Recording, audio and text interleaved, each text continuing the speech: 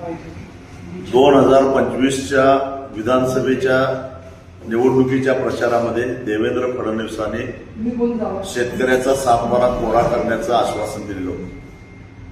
महायुतीनं जाहीरनाम्याच्या माध्यमातून महाराष्ट्रातल्या शेतकऱ्यांना आश्वासन दिलेलं होतं की आम्ही सातबारा कोरा करू. परंतु आज अर्थसंकल्प मांडत असताना मुख्यमंत्री देवेंद्र फडणवीसांनी जी कर्जमाफी जाहीर केलेली आहे ती तकलाद्वारे महाराष्ट्रातल्या शेतकऱ्यांचा विश्वासघात करणारी आहे. कारण या संदर्भामध्ये ऑक्टोबर महिन्यामध्ये आम्ही जेव्हा आंदोलन केलेलं होतं त्यावेळी सह्याद्री अतिथीगृहामध्ये झालेल्या बैठकीमध्ये सुद्धा मुख्यमंत्र्यांनी सातबारा कोरा करणार असल्याचा पुनरुच्चार केलेला होता. परंतु प्रत्यक्षामध्ये आज जी कर्जमाफी जाहीर केलेली आहे त्याच्यामध्ये काही अर्थ राहिलेला नाही आहे. एकतर राज्यातल्या बहुसंख्य शेतकऱ्यांचं कर्ज हे साधारणपणे 2.5 ते 3 लाखापेक्षा जास्त आहे आणि ते थकीत असल्यामुळे व्याजासकट ते आता 3.5 लाखांच्या पुढे गेलेलं आहे.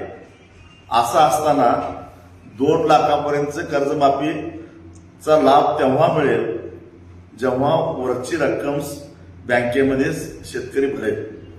परंतु यावर्षी झालेल्या ऑक्टोबर महिन्यातल्या अतिवृष्टीमुळं आणि एकूणच शेतीमालाचे भाव पडल्यामुळं सगळ्याच पिकांची लागवड करणाऱ्या शेतकरी हा पूर्ण अडचणीत आलेला आहे. वरचे पैसेच त्याला भरायला शिल्लक नाही आहे.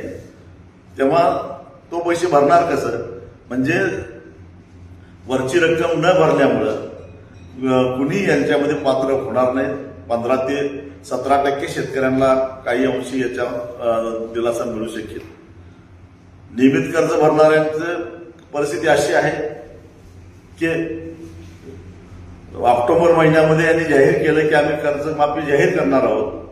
त्यामुळे जे नियमित होते तेही थकीत गेले आणि त्यामुळे ते थकीत गेले म्हणून आता नियमित कर्जदारांच्या यादीतून ते बाहेर पडले. त्यामुळे तेही त्याच्यातून बाहेर पास होतात. आंबा उत्पादक शेतकऱ्यांची आशा होती, काजू उत्पादक शेतकऱ्यांना असं वाटत होतं, कोकणातल्या शेतकऱ्याला पहिल्यांदा असं वाटत होतं की काहीतरी आपल्याला मिळेल. परंतु यावर्षी अतिवृष्टीमुळे आणि त्याच्यानंतर पडलेल्या थंडीमुळे आंबा आणि काजूच्या बागा पूर्ण नेस्तनाबूत झालेल्या आहेत. त्या शेतकऱ्यांना याचा काहीच लाभ होताना दिसत नाही. नाशिकचा द्राक्ष उत्पादक शेतकरी असेल, कांदा उत्पादक शेतकरी असेल, डाळिंब उत्पादक शेतकरी असेल, यांनाही निसर्गाचा मोठा तडाखा बसला आणि हे सगळी भांडवली गुंतवणूक असणारी शेती आहे. त्याचाही यांना काही या कर्जमाफीचा फायदा होत नाही. कोरोनाच्या काळामध्ये green house, shade net, poly house याची शेती करणारे जे शेतकरी होते ते प्रचंड अडचणीत आले होते. यापूर्वीच्या 2 कर्जमाफीमध्ये त्यातला कुठेही त्याचा विचार केला गेला नव्हता. यावेळी तर त्यांचा विचार होईल असं वाटलं होतं, तेही वंचित राहिले आहेत. त्यामुळं हे नेमकी बँकांच्यासाठी केलेली कर्जमाफी आहे का शेतकऱ्यांच्यासाठी केलेली माफी आहे हे काही कळत नाही आणि त्यामुळे या कर्जमाफीचा काही एक उपयोग होत नाही.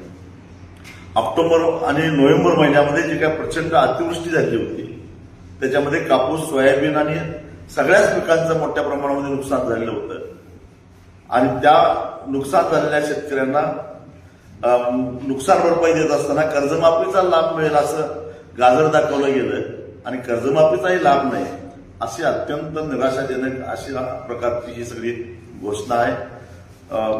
शेतीचा जीडीपी वाढवण्यासाठी भर देणार 55,000 कोटीचं 5 लाख कोटी करणार ही जी वल्गन आहे मुळे आडातच नाही तर पोहऱ्यात कुठून येणार.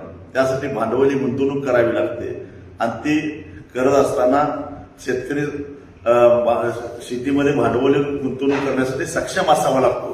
ती सक्षमता शेतकऱ्यांच्यामध्ये नसेल तर ह्या केवळ वल्गन आहेत, कवी कल्पना आहेत, त्यातून काहीही साध्य होणार नाही.